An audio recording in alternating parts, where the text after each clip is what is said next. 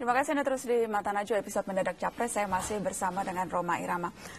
Bang Roma, saya ingin menggali lebih jauh soal apa sikap dan pemikiran Anda pada isu-isu penting. Seberapa intens Anda mengikuti isu-isu publik yang memang penting? Saya rasa tadi perlu diklarifikasi ya bahwa bukan berarti demokrasi kita ini belum gradual gitu ya. Jadi keresahan itu ditimbulkan karena adanya hal-hal yang tidak proporsional secara politik dan secara ekonomi. Dan ini yang menjadi keresahan anak bangsa dan umat Islam pada khususnya. Bukan berarti ini Anda menanggapi yang tadi sebelum kita break.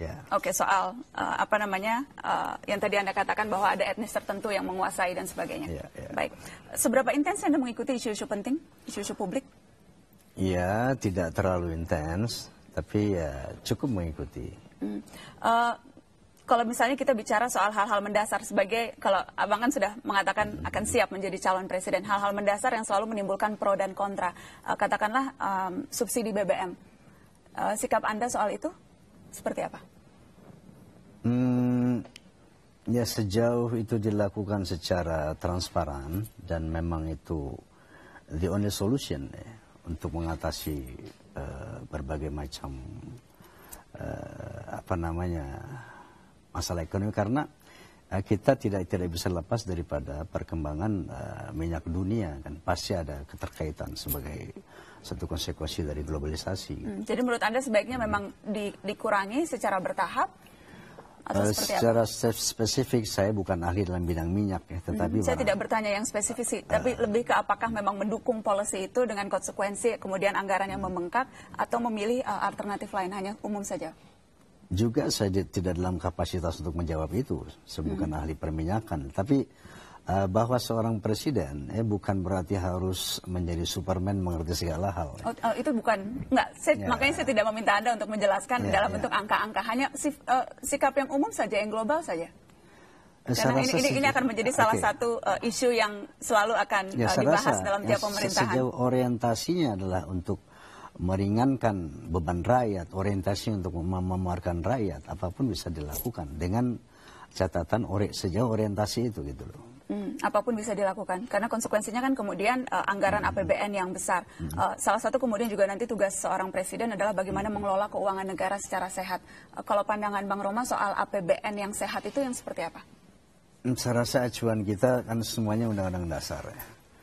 Bahwa dalam undang-undang dasar yang paling kita kenal, bab 47 ayat pasal 33 ayat 3 itu menjelaskan bahwa bumi dan air dan kekayaan alam yang terkandung di dalamnya dikuasai oleh negara dan digunakan sebesar-besarnya untuk kemudahan rakyat. Nah, ini katakanlah sumber pemikirannya. Kemudian implementasi aplikasinya oleh setiap pemerintahan itu memang berbeda gitu ya. Dalam konteks APBN mengelola keuangan, apakah memang kalau kita lihat porsi sekarang kan 80% itu lebih banyak ke belanja rutin, subsidi, gaji pegawai, belanja operasional, sementara belanja modal hanya 10%. Apakah itu yang ideal? Saya belum berbicara soal itu ya. Bahwa Anda tidak melihat hal-hal ini sesungguhnya memang hal-hal yang minimal isu-isu publik yang diketahui kalau kemudian kita memang berniat membenahi negeri ini? Begini, kita baru dalam taraf katakanlah wacapres ya, belum capres. Wacana calon presiden baru sampai wacana. Itu masih ada tahapan-tahapan yang selanjutnya gitu kan ya. Nah, jadi pada tahap selanjutnya itulah kita akan mendalami secara detail daripada problem-problem bangsa ini. Gitu. Tapi tadi bukan detail loh Bang, pertanyaan saya itu masih sesuatu yang sangat umum. Ya, saya rasa ukurannya adalah bagaimana implementasi daripada undang-undang dasar itu yang lebih efisien dan efektif untuk bisa memakmurkan rakyat sesuai dengan cita-cita undang-undang. Dalam program konkret seperti apa misalnya dalam bayangan Anda? Misalnya saja katakanlah yang kita tahu sekarang ini, kekayaan alam Indonesia itu sangat luar biasa kayanya ya. Seharusnya kita ini menjadi bangsa yang rakyat yang makmur gitu. Nah, barangkali di sini ada satu ketidaktepatan dalam mengelola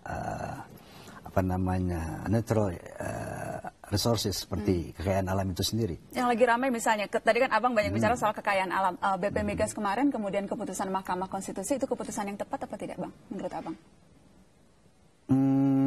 Saya juga belum bisa menilai itu secara konkret ya. Karena saya tidak mendalami itu secara serius gitu. Tapi yang pasti bahwa barangkali proporsi antara asing dan kita itu harus betul-betul dalam kondisi yang balance, yang win-win. Tidak seperti sekarang yang saya dengar itu kita cuma dapat sekian persen, 10% dari pengelolaan kekayaan alam kita gitu kan. Ini sangat tidak proporsional gitu. Tapi jadi memang Anda mengakui bahwa Anda belum detail dan belum masuk ke hal-hal seperti tadi ya? Hal-hal yang sangat umum sekalipun. Saya rasa seperti itu. Dan tidak merasa itu penting diketahui? Maka saya katakan ini baru dalam wacana ya, dalam wacana. Wacana tapi sudah siap dan merasa akan mau digadang-gadang, berarti memang sudah yakin akan bisa? Saya rasa Presiden itu punya think tank. Kita punya kabinet, kita punya yang namanya brain trust untuk bisa memecahkan berbagai masalah. Ya. Tapi yang pasti bahwa seorang Tapi harus dipastikan juga presidennya kemudian tidak dikelabuhi oleh anak buahnya. Tentu saja, tentu saja. Presiden yang penting punya misi, visi, dan punya konsep yang jelas untuk pengelolaan negara ini dalam berbagai aspeknya. Saya rasa seperti itu.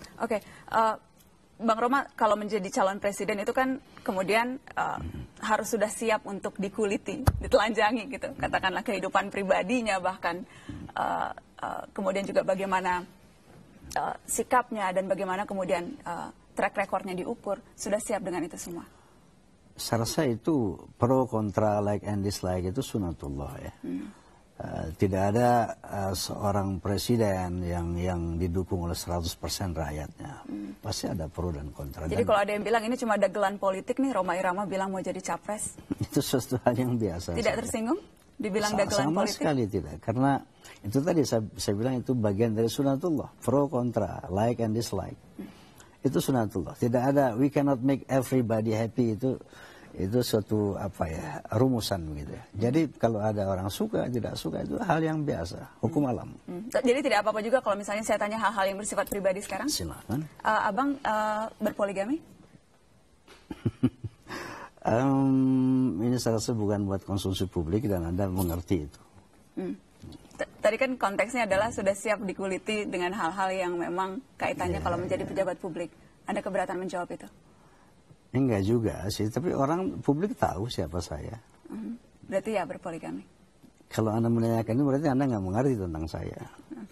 Sikap Anda kemudian sudah bisa dipahami. Abang boleh tahu spesifik skill tertentu selain yang sekarang Abang lakukan banyak berdakwah, kemudian juga bernyanyi. Adakah skill tertentu yang kemudian bisa di-share juga?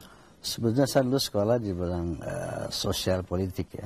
Dulu saya pernah. Latar belakang pendidikan itu sosial politik? Iya, sosial politik. Lulus kuliah di situ, Bang? Tidak, saya mahasiswa drop out. Tidak sampai selesai. Tapi ketertarikan pada politik sangat kental ya? Ya, itu terbukti dari kiprah saya dari sejak tahun 77 sampai tahun 97 saya berkiprah di politik itu sampai dengan memasuki Senayan kan.